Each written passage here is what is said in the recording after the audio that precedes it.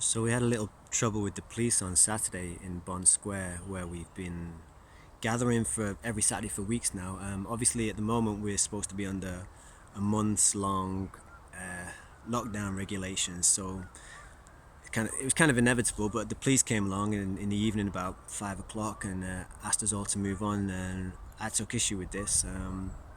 Because there are exemptions in the same way that there are exemptions for wearing a mask, which includes severe distress. There are exemptions to the rules about gatherings, and one of them is that you can gather if you're seeking to escape from harm.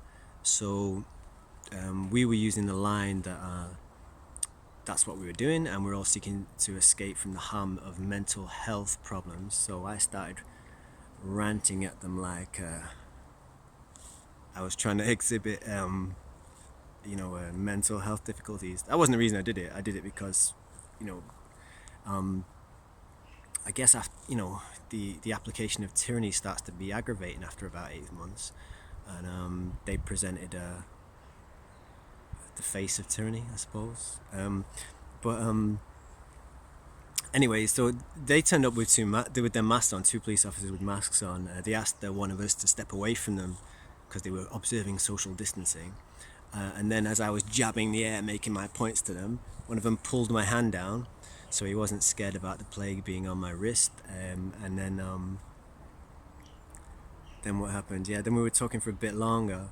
And then they moved to arrest me because I was being a little bit too vocal. So they decided that I was the organizer, even though I'd expressly told them that I wasn't the organizer. This man said, "You've just told me you're the organizer." So I told him that was a barefaced lie, although it couldn't have been a barefaced lie because they were both in masks. And then somehow one of the older ladies stood in front of me, so that it was not going to be a good look for them. It was like a crazy commotion, like when a child drops chips or ice cream at the beach and there's just seagulls everywhere and people yapping and I was the noisiest seagull. And then somehow I moved away after that, and then one of them relented. One of the policemen sort of decided to de-escalate the situation and came over and said, "Would you need to go, but we're going to arrest you. But have a word with my sergeant and see what he thinks about these defences that you were making." Because we were talking about the exemptions, and I was talking also about the fact that the police don't really have these powers, from my understanding of the law. So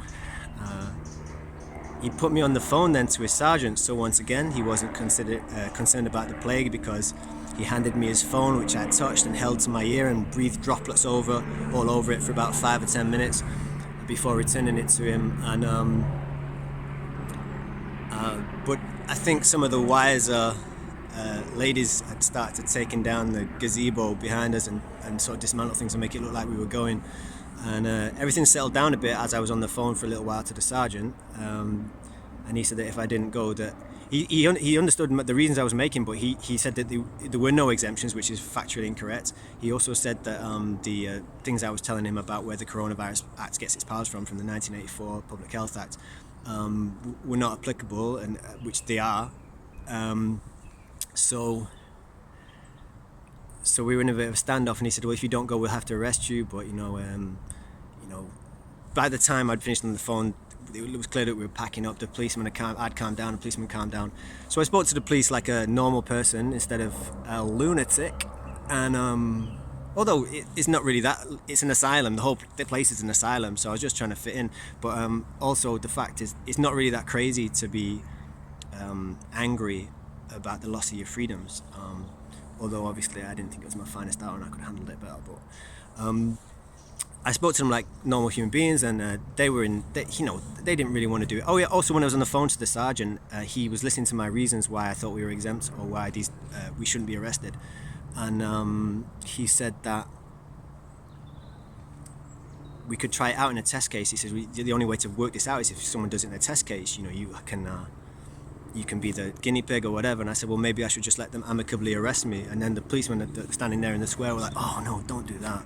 Probably because it gives them paperwork, or maybe they were even thinking in my benefit, like they didn't want me to be arrested because it was a waste of my time or whatever. So then I spoke to them like human beings, and they were saying that they were annoyed by it and so on. And one of them saying, "Oh, 7 months."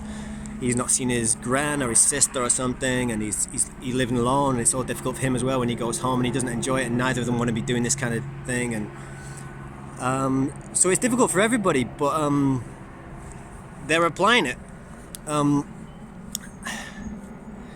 And one of them also said a killer line at the end. He said, but it's only for a couple of weeks and then it'll all go back to normal. And I said, oh yeah, we heard that one in March. So we've been told anyway, if we're seen there again, then we'll be arrested, but we're going to see what we can do about that. Take care.